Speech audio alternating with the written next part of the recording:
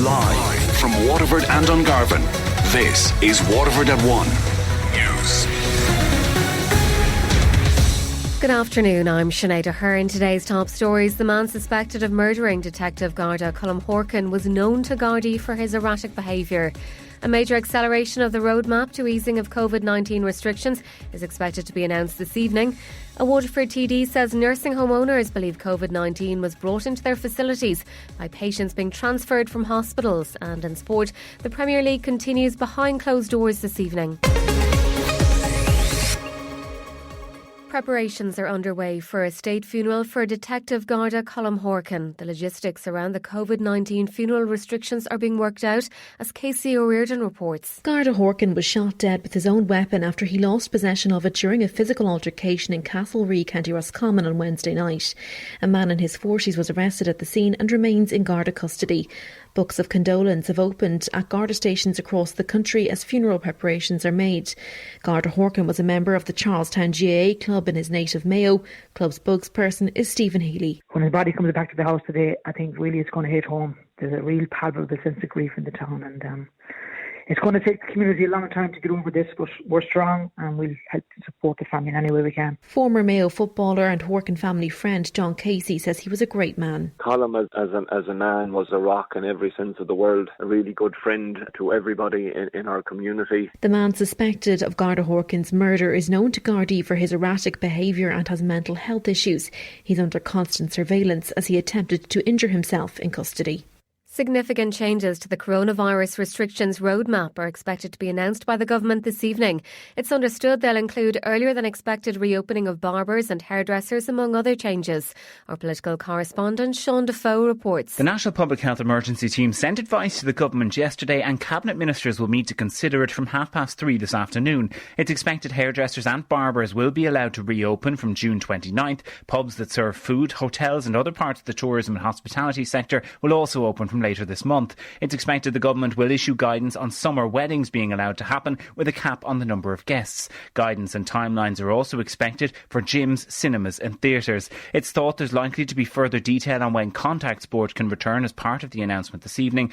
2 weeks ago, the government got rid of Phase 5 of the lockdown, and today's announcement will spell out a reworked Phase 3 and 4 as the reproductive rate of the coronavirus remains low. Waterford is one of 11 counties that have recorded fewer than 10 new cases of COVID-19 for at least 5 weeks in a row. In fact, Waterford has recorded fewer than 5 cases for the past 7 weeks. That's according to the latest figures from the CSO, which show no new cases in Waterford in the 2 weeks up to and including the 12th of June. It was the 5th week in a row where there were no deaths related to COVID recorded in Waterford. Dublin continues to be the worst hit county. It's the only one to record more than 5 new deaths each week for the past 5 weeks, and the only county to record more than 20 new cases in the past fortnight. A Waterford TD says nursing home owners believe COVID-19 was brought into their facilities by patients being transferred from hospitals. Mary Butler told the Dáil's COVID committee that 64% of all deaths related to the virus were in residential settings. She says it was the wrong approach to transfer patients without testing. The Fianna Fáil TD says we have to learn from the last 3 months. And I think the purpose of this committee is to point out that we accept that everything was done in good faith. But if you're going to take the same approach again, and 1,075 people lost their lives in nursing and residential care settings, I don't want to be part of that going forward if we're not going to say we'll learn from our mistakes and we will test people at the right time. Like at the height of the pandemic, the requirement for testing prior to admission to residential care facilities was removed, though patients did have to self-isolate. Deputy Butler says the virus bore down the hardest on older people. My question is quite simple. Would you take the same approach again? Or if we have a resurgence, will you make sure that patients are tested before they go into the nursing home settings?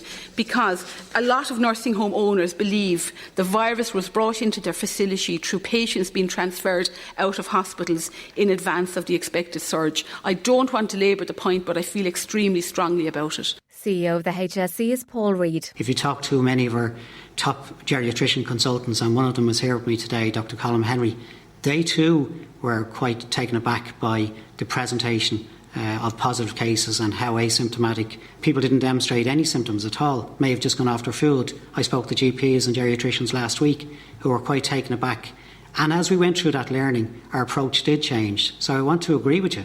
As we've gone through the process, our approach has changed. As we look forward to the future, I have no doubt our approach will change. And that's part of the learning, and it's part of the learning of this virus.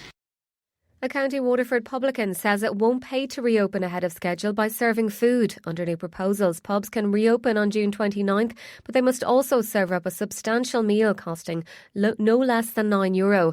Customers will be allowed 105 minutes of seating time per visit and cannot stay beyond 2 hours. But Edmund Fogarty says he won't be serving meals at his Cotton Mill pub in Portlaw. We won't. We're going to be waiting. The 20th of July is the official opening as of we know now, unless it's brought forward. We won't be doing it. We didn't close as a restaurant, so we're not going to try to take advantage of opening when it wasn't part of our business when we closed. So it'll be just a case of trying to get a head start, and to be honest, it doesn't make sense to do so. By the time you get in as chef, everything in place what you have to do, it wouldn't pay you to be open for just to do that with the restrictions in place. An Post have delivered 1.4 million parcels per week during the COVID-19 pandemic. Full-time staff will be rewarded with €300 one-for-all vouchers for their work during the outbreak, with pro-rata sums for part-time employees. The announcement was made by CEO David McRedmond in a message to staff yesterday. General Secretary of the Communications Workers Union, Steve Fitzpatrick, says their members have gone above and beyond. They've also, particularly in provincial areas, been calling into elderly folks, collecting prescriptions, delivering newspapers.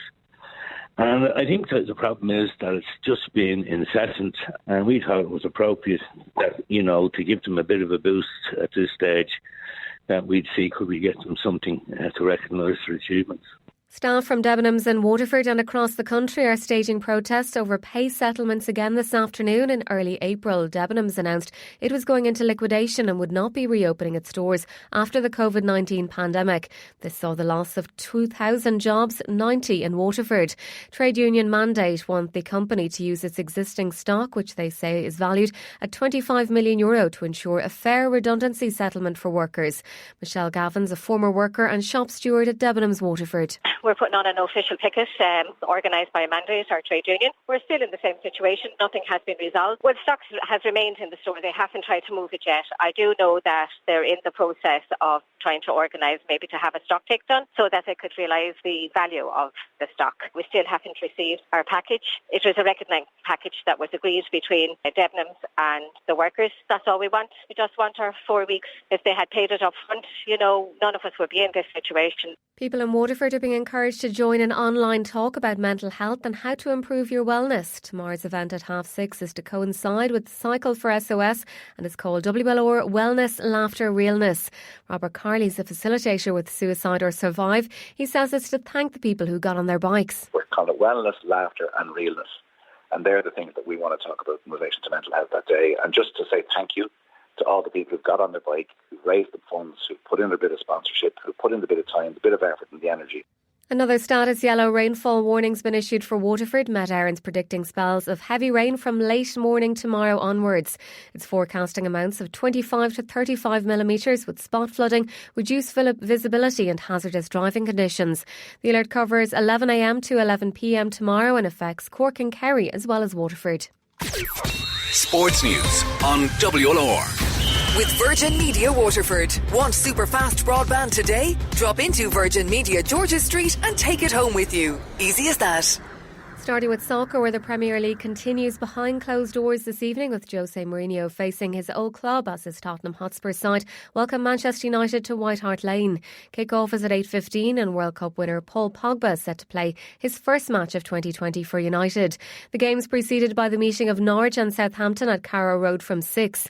United boss Ole Gunnar Solskjaer is looking forward to having Pogba back. Gradually, over these next few months, we can work him up to back to his best, because Paul has had a very, very good career. Of course, he's a World Cup winner, and we want to have that leadership on the pitch as well. The top 7 Premier League clubs may not play any part in next season's English League Cup due to a clash with European fixtures. The EFL are likely to push for compensation if the scenario transpires.